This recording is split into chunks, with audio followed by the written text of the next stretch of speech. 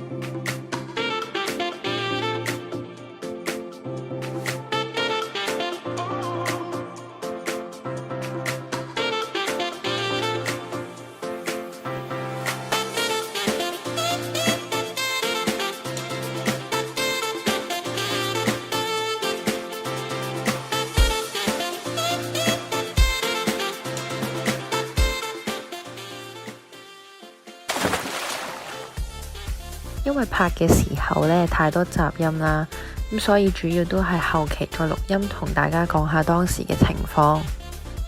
咁一入到去呢，就要先過一個 security check 先，咁之後行多幾步呢，就會去到入園嘅位置啦。咁只要同職員呢 show 翻你門票嘅 QR code， 咁你就可以入園噶啦。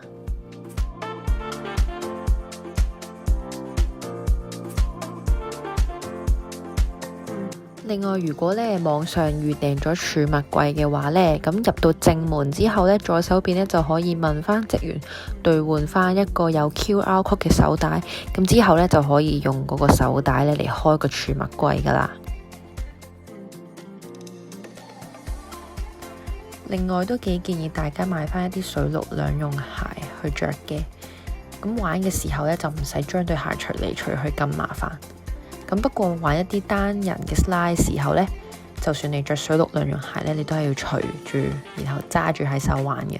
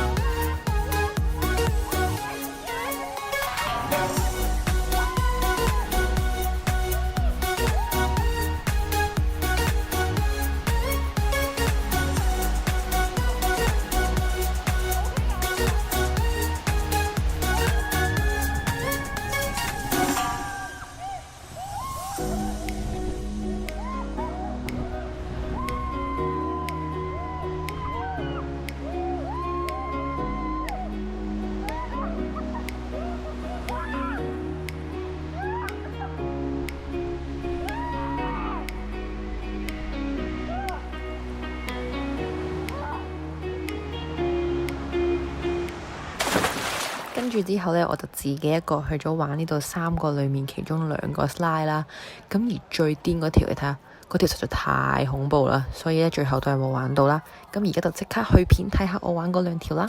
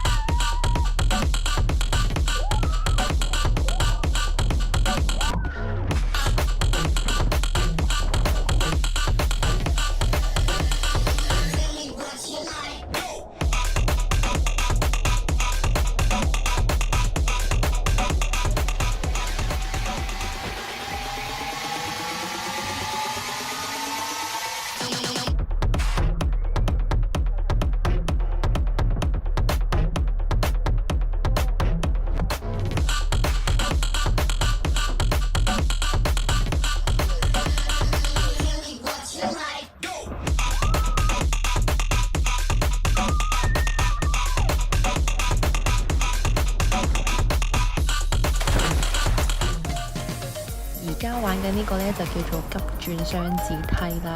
咁其實佢嘅 level 呢就比較入門啦，咁唔會話太刺激咯。咁所以如果之前太刺激嗰啲，咁就可以試下玩呢個。